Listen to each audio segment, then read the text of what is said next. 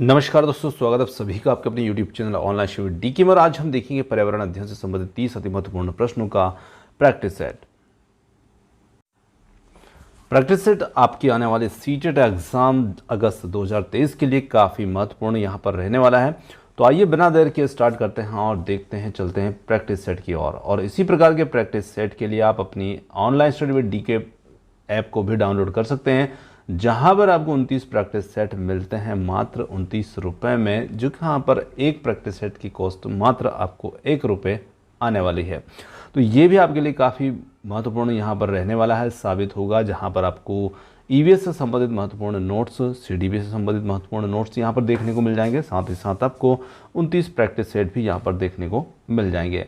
तो आप इसमें इंटरेस्टेड हैं तो आप इसे भी जा करके डिस्क्रिप्शन बॉक्स से इसके लिंक लेकर के प्ले स्टोर पर पहुँच सकते हैं। चलिए अब बात करते हैं आज के इन प्रश्नों की। फर्स्ट क्वेश्चन आता है, ईएसटी की पाठ्यपुस्तक उद्देशित है। तो ईएसटी की पाठ्यपुस्तक किस पर उद्देशित है? बाल केंद्रित, शिक्षक केंद्रित, विषय केंद्रित, समुदाय केंद्रित। अब यहाँ पर केवल ए है, बी है, में ए और सी है, सी के अंदर ए और बी हैं और डी में ए और डी है। तो यदि हम बात करें जो पर्यावरण अध्ययन की जो पाठ्यपुस्तक उद्देशित है वो बाल केंद्रित भी है, साथ ही समुदाय केंद्रित भी है। तो देखिए ए और डी यहाँ पर सही है और इसके लिए हमारा जो विकल्प नंबर डी होगा वो यहाँ पर बन जाएगा उत्तर। अगले प्रश्न की बात करें, कक्षा 4 के विद्यार्थी को भोजन पढ़ाते हुए रुक्मणी ने विद्यार्थियों को एक लोकप्रिय भोजन चाट खिलाया।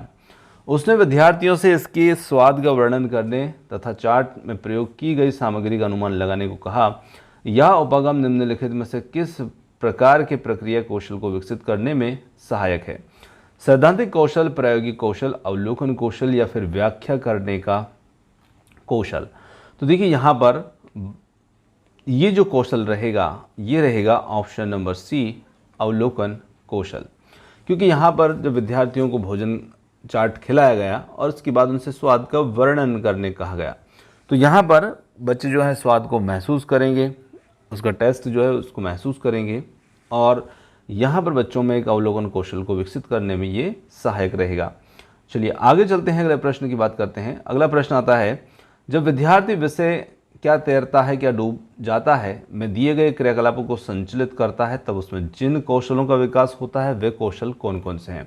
देखिए पर्यावरण अध्ययन में एक पार्ट है जिसमें क्या तैरता है और क्या डूबता है। तो यहाँ पर बच्चे को इस प्रकार के क्रियाकलाप करने से कौन से कौशल बच्चे में विकसित होते हैं? प्रेक्षण, खोज, चर्चा, साक्षात्कार, प्रश्न करना, सहयोग करना, या फिर प्रेक्षण, अभिलेखन, विश्लेषण, व्याख्या करना, चर्चा करना, न्याय एवं समानता में संबंध। तो यहाँ पर बच्चा प्रेक्षण करेगा, अभिलेखन करेगा और साथ ही साथ उसका विश्लेषण भी करेगा। तो यहाँ पर बच्चों में प्रेक्षण, अभिलेखन, विश्लेषण कौशल जो है वो विकसित होते हैं इस पाठ से। आगे देखिए, एक अध्यापिका की नियुक्ति महाराष्ट्र के एक विद्यालय में हुई और वह भोजन के विषय में पढ़ा रही थी। वह भरली वांगी का एक उदाहरण देती है जो कि एक व्यंजन है और जो बना होता है। तो यहाँ पर भरली वांगी जो है ये किन किन चीज़ों से बनता है? छोटे छोटे भरवा बैंगन से, सादा दाल पुख्त से और ताज़ी पोमफ्रेट मछलियों के मलाईदार व्यंजन है, या फिर आलू गोभी टमाटर की करी है। तो यहाँ पर हम कह सकते हैं कि ये छोटे छोटे भरवा बैंगन से बनने वाला एक प्रकार का व्यंजन है जिसे भरली वांगी के नाम से जाना जाता है और ये महाराष्ट्र के अंतर्गत इस नाम से इसको जानते हैं। अगले प्रश्न की बात करते हैं। तो अगला प्रश्न आता है, पक्षियों के पंख विभिन्न रंगों, आकारों एवं माप के होते हैं। इनके पंख उन्हें उड़ने में सहायता करते हैं तथा विभिन्न प्रकार का भोजन उन्हें गर्म रखते हैं, विभिन्न तरीकों से चलने में, उन्हें जल सह बनाने में, या फिर बी और सी के रूप में है, बी डी के रूप में है, बी सी डी, या फिर ए बी सी डी के रूप में है। तो देखिए यहाँ पर जो पक्षियों के पंख होते हैं विभिन्न रंग, आकार, माप के तो होते ही हैं। इनके पंख इन्हें उड़ने में सहायता करते हैं तथा, यहाँ पर तथा शब्द लगाया है ना। तो विभिन्न प्रकार के भोजन का तो कोई मतलब नहीं रह जाता है क्योंकि भोजन से यहाँ पर पंखों का कोई संबंध इसमें नहीं है। पंख तथा उन्हें गर्म रखते हैं, क्या ये सही है? या फिर विभिन्न तरीके से चलने में मदद करते हैं, या फिर उन्हें जल सह बनाने में। तो देखिए पंख जो होते हैं उन्हें गर्म रखते हैं, साथ ही साथ यदि हम बात करें तो उन्हें जल सह बनाने में बनाते हैं। जैसे कुछ पक्षी जो होते हैं वो जल में तैर भी सकते हैं, उड़ भी सकते हैं, है ना। तो ये जल सह वाली बात जो है उन पक्षी के लिए होगी। तो यहाँ पर बी विकल्प में देखें, बी और डी के रूप में हमारा उत्तर यहाँ पर बन जाएगा ऑप्शन नंबर बी। अगला प्रश्न है, सोना की सहेली तारा मिजोरम से है और तारा को हिंदी बोलने में परेशानी होती है क्योंकि मिजोरम में बोली जाने वाली प्रमुख भाषाएं हैं। अब यहाँ पर देखिए राज्य से संबंधित जो भाषाएं हैं वो यहाँ पर पूछी गई हैं। तो खासी, असमा, मिजू, लुसई कुर्की या फिर मैतेलान अंग्रेजी या फिर माओ बंगाली। तो यहाँ पर ऑप्शन नंबर बी होगा मिजा लुसई कुर्की। ऑप्शन नंबर बी हमारा इसमें उत्तर होगा। आगे चलते हैं, पेट्रोलियम तथा कोयले के अनवीनकरणीय ईंधन को कहा जाता है क्योंकि ये प्रदूषण फैलाते हैं, महंगे होते हैं या फिर प्रभाजी आसवन के द्वारा प्राप्त होते हैं, बनने में कई साल लगते हैं। तो देखिए इन्हें अनवीकरणीय ईंधन की श्रेणी में इसलिए रखा जाता है क्योंकि इनको बनने में काफ़ी सालों, इनके लाखों सालों का समय जो है वो लग जाता है, इसलिए इन्हें अनवीकरणीय ईंधन के अंतर्गत रखा जाता है। आगे चलते हैं, पर्वतारोही अपने साथ ऑक्सीजन सिलेंडर लेके जाते हैं क्योंकि इन्हें इसकी ज़रूरत होती है। अब देखिए ऑक्सीजन का सिलेंडर अपने साथ क्यों लेके जाते हैं, तो निश्चित रूप से पर्वतारोही हैं, पर्वत पर चढ़ने का कार्य करेंगे और जैसे जैसे पर्वत पर हम चढ़ते हैं, ऊंचाई पर पहुंचते हैं, तो वहाँ पर जो वायुमंडलीय दाब होता है वो कम हो जाता है। वायुमंडल जो होती है, ऑक्सीजन जो होती है वो सांस लेने के लिए पर्याप्त रूप से उपलब्ध नहीं होती है और इसीलिए वो अपने साथ में ऑक्सीजन का सिलेंडर जो है वो लेके जाते हैं ताकि जब वो ऊंचाई पर चढ़ते हैं तो उनका दिमाग सुन्न ना हो, दिमाग काम करना बंद ना करे, इस प्रकार से उनको पर्याप्त रूप से ऑक्सीजन मिलती रहे और इसीलिए वो ऑप्शन सी के साथ में सांस लेने के लिए इसकी आवश्यकता होती है। तो यहाँ पर उत्तर बन जाएगा ऑप्शन नंबर सी। अरब सागर के 3 भारतीय तटवर्ती राज्य यहाँ पर कौन से हैं, तो अरब सागर के 3 भारतीय तटवर्ती राज्यों को यहाँ पर हमें देखना है। तो यहाँ पर देखें तो गोवा जो है वो भी एक तटवर्ती राज्य है, साथ ही महाराष्ट्र है, केरल है। तो सिंपल सी बात है, यहाँ पर तीनों एक ही लाइन के अंतर्गत आने वाले हैं और यही हमारा इसमें उत्तर हो जाएगा। आगे चलते हैं, राजस्थान का पारंपरिक नृत्य जिससे में घूंघट वाली महिला नृत्यांगनाएं सिर पर 7 से 9 पीतल के घड़ों को संभालती है कहलाता है। तो ये एक राजस्थान का नृत्य है और इस प्रकार के नृत्य को क्या कहा जाता है, कालबेलिया, कथक या फिर 13 ताली या फिर भवाई। तो काफ़ी अच्छा नृत्य माना जाता है भवाई और इसके लिए डी होगा विकल्प यहाँ पर उत्तर। आगे चलते हैं, अगला प्रश्न है, जो पशु अंडे देते हैं उनकी विशेष निम्नलिखित विशेषताएं होती है। अब देखिए जो पशु अंडे देंगे उनकी क्या विशेषताएं रहेंगी, उनके बाहरी कान एवं शरीर पर बाल होंगे, उनके आंतरिक कान होंगे एवं शरीर पर बाल होंगे, उनके आंतरिक कान होते हैं एवं शरीर पर बाल नहीं होते हैं, उनके बाहरी कान होते हैं एवं शरीर पर बाल नहीं होते। तो देखिए हम अपने आप को देखते हैं तो यहाँ पर यदि बात हम करें तो हमारे कान जो है ना बाहरी कान है, मतलब हमें हमारे कान बाहर से दिखाई देते हैं, परंतु कुछ जंतु ऐसे होते हैं जिनके कान हमें बाहर से दिखाई नहीं देते परंतु उनके कान होते हैं। कान के बिल्कुल छोटे छोटे से छिद्र होते हैं जो बाहर से हमें नज़र नहीं आते हैं। जैसे हम पक्षी को देखेंगे तो पक्षी के कान हमें नहीं दिखते हैं परंतु उनके कान होते हैं। छिपकली है, छिपकली के कान होते हैं पर हमें नहीं दिखते हैं। तो यहाँ पर ये जंतु जो होते हैं अंडे देते हैं तो इनकी विशेषता होती है कि इनके कान आंतरिक होते हैं और शरीर पर बाल इनको देखने को मिलते हैं। तो यहाँ पर ऑप्शन बी हो जाता है उत्तर। उस पहली भारतीय महिला का नाम जिन्होंने एवरेस्ट पर्वत की चोटी पर कदम रखा और राष्ट्रीय ध्वज तिरंगा गाड़ा और कई फोटो भी खींची, कर्णम मल्लेश्वरी, सुनीता विलियम्स, सूर्यमणि बछेंद्री पाल। तो पर्यावरण के अंतर्गत आप पढ़ते हैं तो यहाँ पर पाठ जो है बछेंद्री पाल से संबंधित है और ऑप्शन नंबर डी हो जाता है यहाँ पर उत्तर।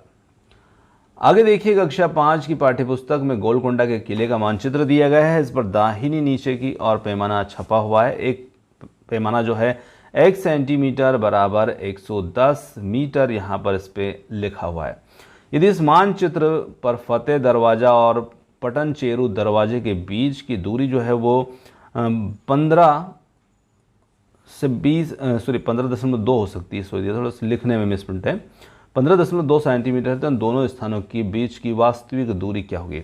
तो देखिए जब 1 सेंटीमीटर में दूरी जो है 110 किलोमीटर है तो यहाँ पर हम 15.2 हो चाहे यहाँ पर कोई भी आंकड़ा दिया जाए तो हम सीधा सीधा उसमें जितना सेंटीमीटर रहेगा उसमें 110 मीटर का गुणा कर देंगे तो यहाँ पर मान हमें निकल करके इसमें आ जाएगा। तो यहाँ पर यदि हम देखें तो उसमें यदि गुणा करते हैं तो यहाँ पर ऑप्शन सी के रूप में 1.672 किलोमीटर के रूप में रहेगा। अब देखिए यहाँ पर किलोमीटर दिया तो मीटर को फिर हमें किलोमीटर में बदलना आना चाहिए और इस प्रकार से हम किलोमीटर जो है मीटर को किलोमीटर में कन्वर्ट कर सकते हैं। 1000 का भाग लगा देंगे, हमारा मान जो है वो किलोमीटर में आ जाएगा। मधुबनी एक प्रसिद्ध है, तो मधुबनी काफ़ी महत्वपूर्ण प्रश्न है और ये काफ़ी बार पूछा गया प्रश्न भी है।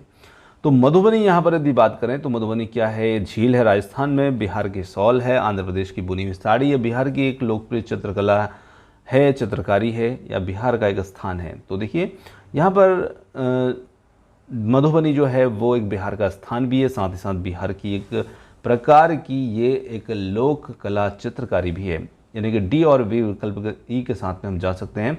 तो यहाँ पर डी और ई के रूप में हमारा जो उत्तर बनेगा वो बन जाता है, इसमें ऑप्शन नंबर डी ही उत्तर होगा, जिसमें डी और ई के रूप में हमारा उत्तर होगा। आगे चलते हैं। निम्नलिखित में से कौन से कथन इस तथ्य को स्पष्ट करते हैं कि पर्यावरण अध्ययन एक अंतः अनुशासिक विषय है?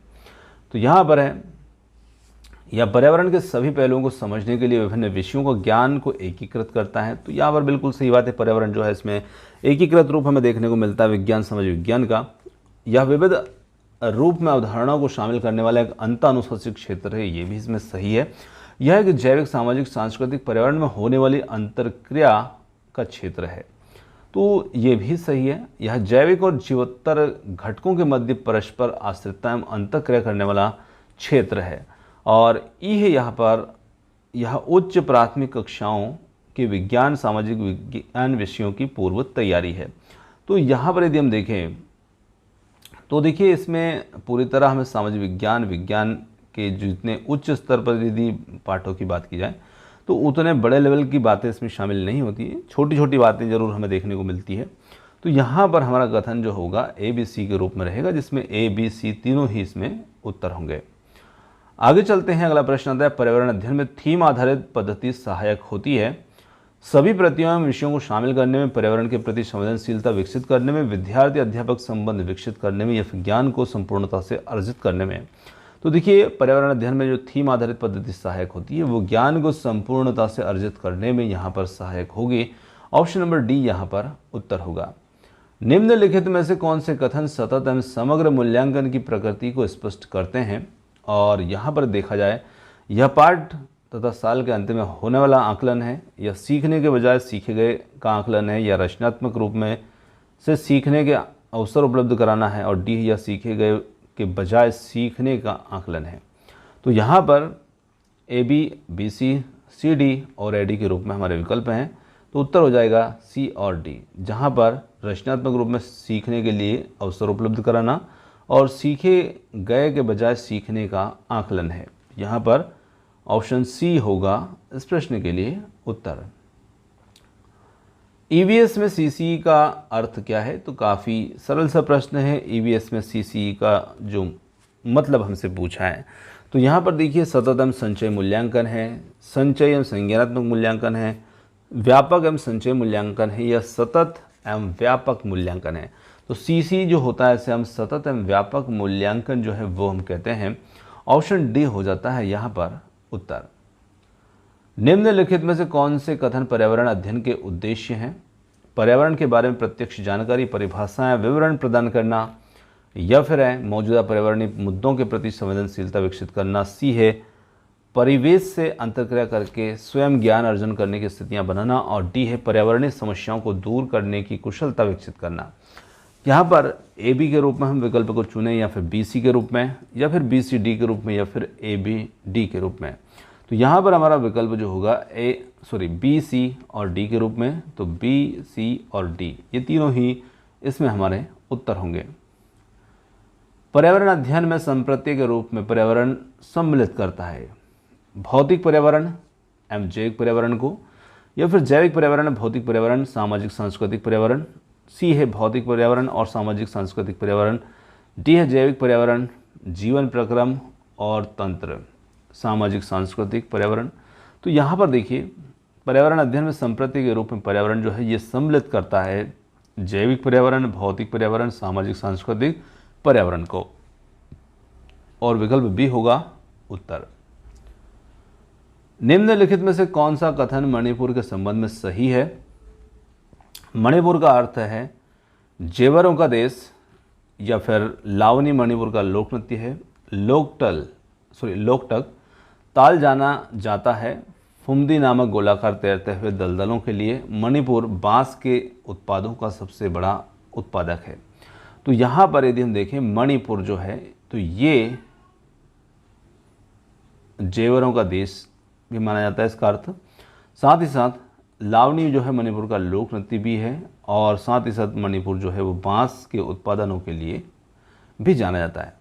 तो यहाँ पर बी विकल्प जो होगा ABD के रूप में हमारा उत्तर होगा। कार्य ऐसी चीज है जो हम करते हैं यश कमाने के लिए, मनोरंजन के लिए, अपने को व अन्य लोगों को सहारा या भरण पोषण के लिए या फिर ऊर्जा बचाने के लिए।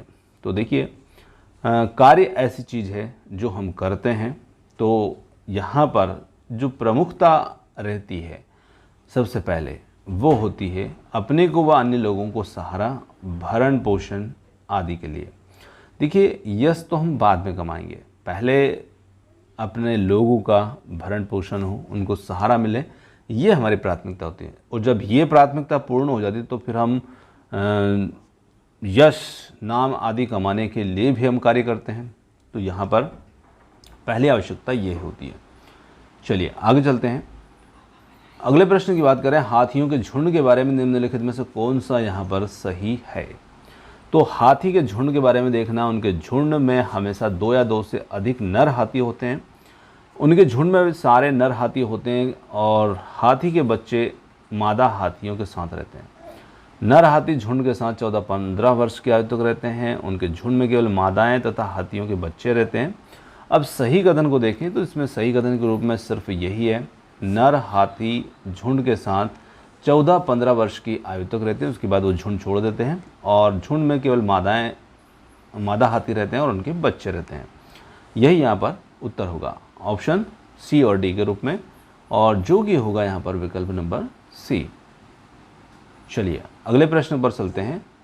अगला प्रश्न आता है, सुबह स्कूल बस का इंतजार करते समय मोना अपने बेटे जयस को आज आयोजित होने वाली पर्यावरण अध्ययन परीक्षा के लिए तथ्य और परिभाषाएं पूछ रही थी। निम्नलिखित में से कौन से कथन जयस को सीखने में सबसे बड़ी बाधाएं हैं। ऐसा करके मोना जयस की सहायता कर रही है क्योंकि इसे दोहराने से जयस तथा तथ्यों को, परिभाषाओं को अच्छी तरह से याद करेगा। ऐसा करके मोना जयस की सहायता कर रही है क्योंकि तथ्यों और परिभाषाओं को सुबह के समय अच्छी तरह से याद किया जा सकता है। ऐसा करके मोना प्राकृतिक जिज्ञासा का पोषण कर रही है। ऐसा करके मोना प्रक्रिया कौशल को विकसित कर रही है। तो यहाँ पर देखा जाए तो यदि बाकी विकल्प को देखें, थोड़ा सा नीचे रह गए थे ये, तो यहाँ पर यदि देखें तो देखिए जिसमें A और B के रूप में, अब B को तो आप यहाँ पर देख पा रहे हैं, एक साथ थोड़ा सा प्रश्न बड़ा है तो इसलिए थोड़ा सा ऊपर नीचे एक साथ ला पाना मुश्किल होता है। तो A और B ये दोनों इसमें हमारे उत्तर हो जाएंगे। आगे चलते हैं। अगला प्रश्न है, राधा एक EVS की अध्यापिका है। दिवाली पर अपने घर पर पूड़ी बना रही होती है। उसकी बेटी गीता को आश्चर्य होता है कि पूड़ी तलने पर फूली क्यों। राधा को एक शिक्षक होने के नाते क्या करना चाहिए। देखिए बच्चे की जिज्ञासा है, पूरी बनाते बच्चे ने देखा तो यहाँ पर उसके मन में जिज्ञासा हुई कि आखिर पूरी जो है वो कैसे फूल जाती है। तो यहाँ पर उससे कहें कि पानी के अणु भाप में बदल जाते हैं और इस तरह से बनी भाप के कारण पूरी फूल जाती है, या फिर उससे इस तरह की अन्य फूलने वाली खाने की वस्तुओं जैसे चपाती के बारे में सोचने को कहें, इसका कारण खोजने को कहें, और उससे इसका कारण सोचने और समझाने को कहें कि तेल में तलने पर पूड़ी क्यों फूल जाती है। और D है, उसे यह दिखाएं कि चावल पकाने के दौरान चावल के बर्तन को ढकने वाली थाली भी ऊपर उठती है और उससे उसके ऊपर के उठने का कारण पूछे। तो देखिए यहाँ पर हम बच्चे को जिज्ञासा है तो सबसे पहले हम बच्चों को ही यहाँ पर सोचने के लिए कहेंगे, खोजने को कहेंगे कारण। तो यहाँ पर देखिए B और D में, अब देखिए जब तक बच्चे को हम सोचने के लिए कारण खोजने को नहीं कहेंगे तब तक वो चिंतन नहीं करेगा। तो चिंतन भी बच्चे को विकसित करना है और यहाँ पर उसे एक उदाहरण भी हम यहाँ पर दिखा सकते हैं।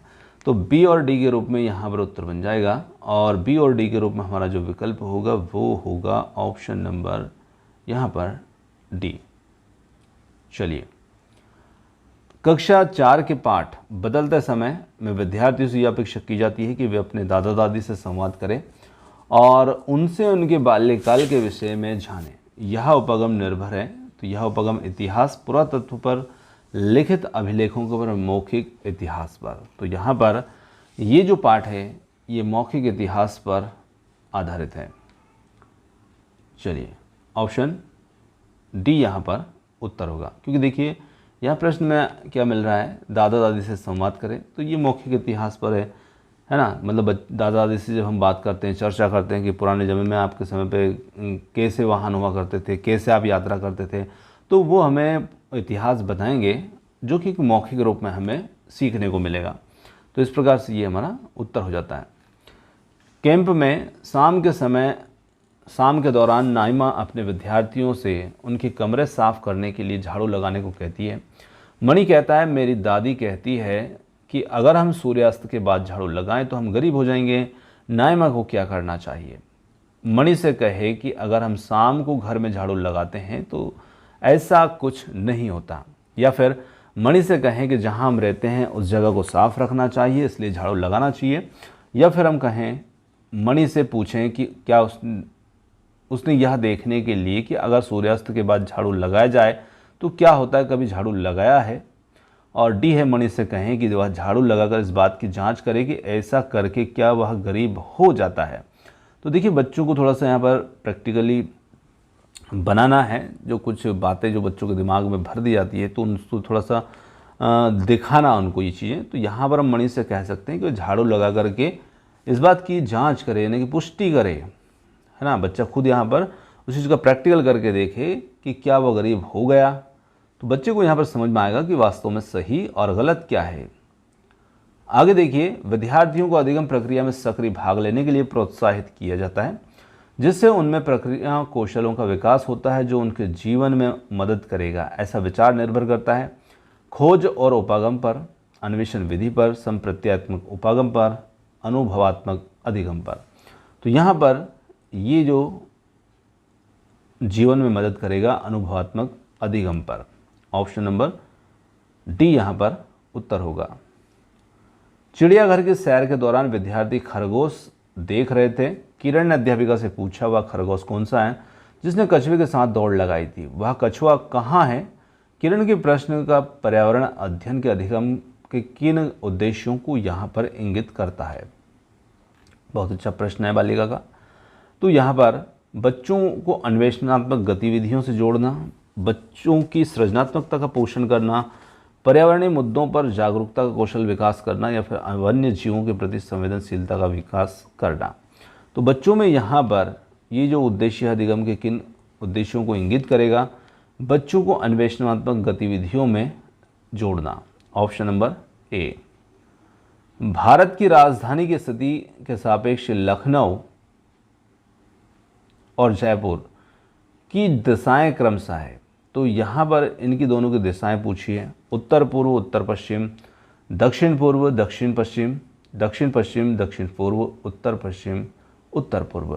तो यहाँ पर मैप से संबंधित प्रश्न है और यहाँ पर लखनऊ और साथ ही साथ जयपुर दोनों के दिशाओं का संबंध पूछा गया है, कौन किस दिशा में है।